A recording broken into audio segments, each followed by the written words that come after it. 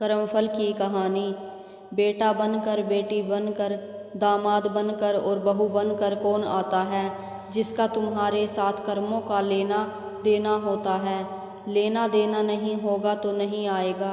एक फौजी था, उसके माँ नहीं, बाप नहीं, शादी नहीं, बच्चे नहीं, भाई नहीं, बहन नहीं, अकेला ही कमा कमा के फौज में जमा करता जा रहा था। तो थोड़े दिन में एक सेठ जी जो फौज में माल सप्लाई करते थे, उनसे उनका परिचय हो गया और दोस्ती हो गई। सेठ जी ने कहा, जो तुम्हारे पास पैसा है वो उतने का उतना ही पड़ा है, तुम मुझे दे दो, मैं कारोबार में लगा दूं तो पैसे से पैसा बढ़ जाएगा, इसलिए तुम दे दो। फौजी ने सेठ जी को पैसा दे दिया। सेठ जी ने कारोबार में लगा दिया। कारोबार उनका चमक गया, खूब कमाई होने लगी, कारोबार बढ़ गया। थोड़े ही दिन में लड़ाई हो गई। लड़ाई में फौजी घोड़ी पर चढ़कर लड़ने गया। घोड़ी इतनी बदतमीज थी कि जितनी जोर जोर से लगाम खींचे उतनी ही तेज भागे। खींचते खींचते उसके गलफर तक कट गए, लेकिन वो दौड़कर दुश्मनों के गोल में जाकर खड़ी हो गई। दुश्मनों ने वार किया, फौजी भी मर गया, घोड़ी भी मर गई।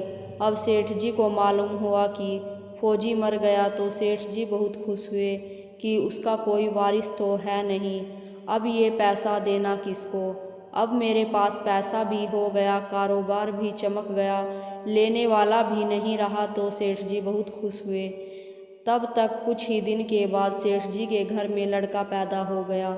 अब सेठ जी और खुश कि भगवान की बड़ी दया है, खूब पैसा भी हो गया, कारोबार भी हो गया, लड़का भी हो गया, लेने वाला भी मर गया। सेठ जी बहुत खुश।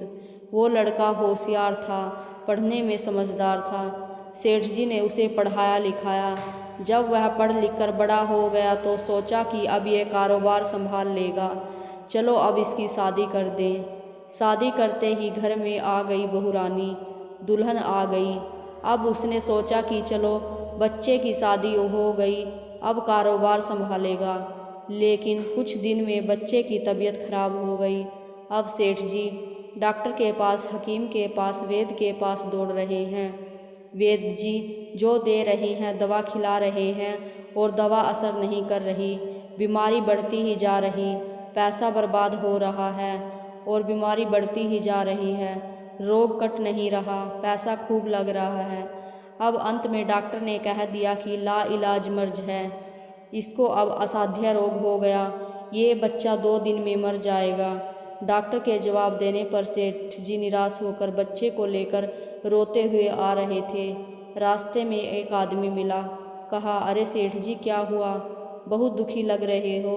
सेठ जी ने कहा, ये बच्चा जवान था, हमने सोचा बुढ़ापे में मदद करेगा, अब ये बीमार हो गया। शादी होते ही हमने इसके लिए खूब पैसा लगा दिया, जिसने जितना मांगा उतना दिया, लेकिन आज डॉक्टरों ने जवाब दे दिया अब ये बचेगा नहीं, असाध्य रोग हो गया, लाज मर्ज है, अब ले जाओ घर, 2 दिन में मर जाएगा।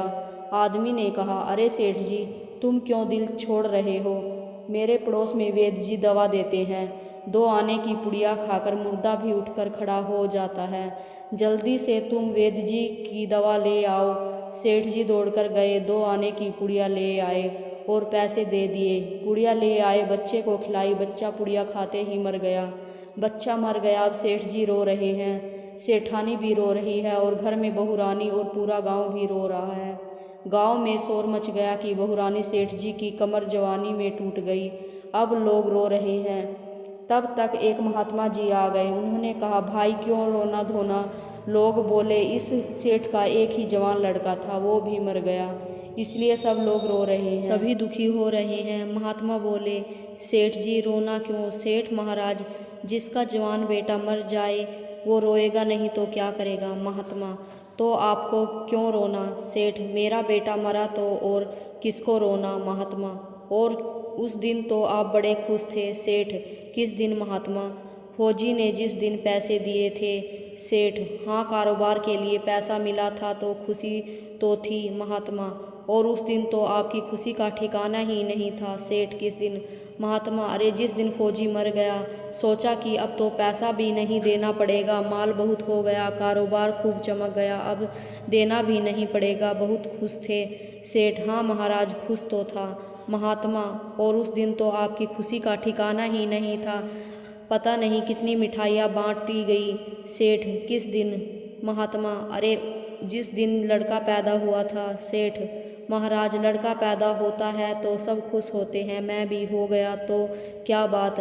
महात्मा उस दिन तो खुशी से आपके पैर जमीन पर भी नहीं पड़े थे। सेठ किस दिन? महात्मा अरे जिस दिन बेटा ब्याहने जा रहे थे।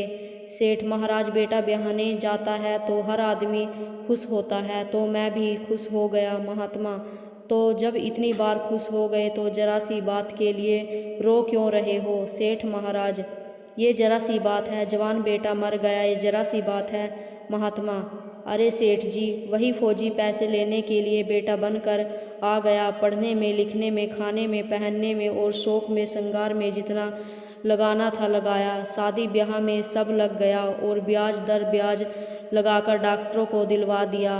अब जब 2 आने पैसे बच गए वो भी वैद्य जी को दिलवा दिए और पुड़िया खाकर चल दिया।